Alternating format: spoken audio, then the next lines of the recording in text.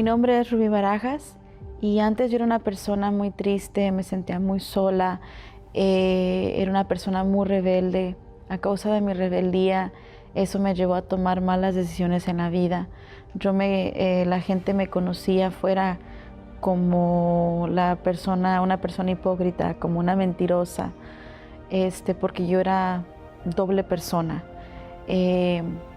Aparte de eso, yo me casé muy joven y al poco tiempo tuve a mi hija. Entonces yo me casé con un sueño, en formar una familia, en tener una familia feliz, como cualquier mujer desea. Pero no fue así. Al poco tiempo los problemas empezaron a surgir en mi matrimonio. Empezamos a discutir mucho al momento de hablar cada uno nosotros palabras que no serían al uno al otro.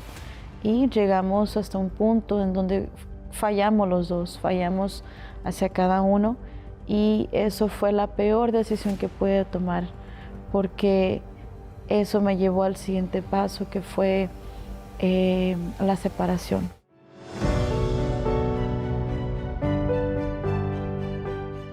Yo conocí la iglesia a través de mis padres, entonces yo poco a poco comencé a venir a participar y aprender de la fe.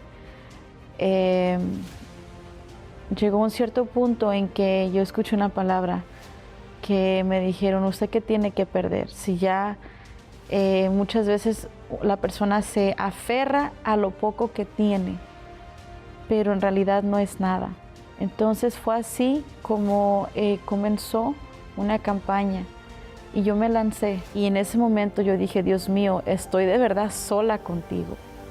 Entonces yo quiero que me cambies a mí primero, quiero que quites este mal carácter, quiero que quites este coraje, todo lo malo que yo tengo, todo lo que no te agrada, arráncalo. Mi esposo regresó, estamos juntos, somos felices, tenemos una familia bendecida.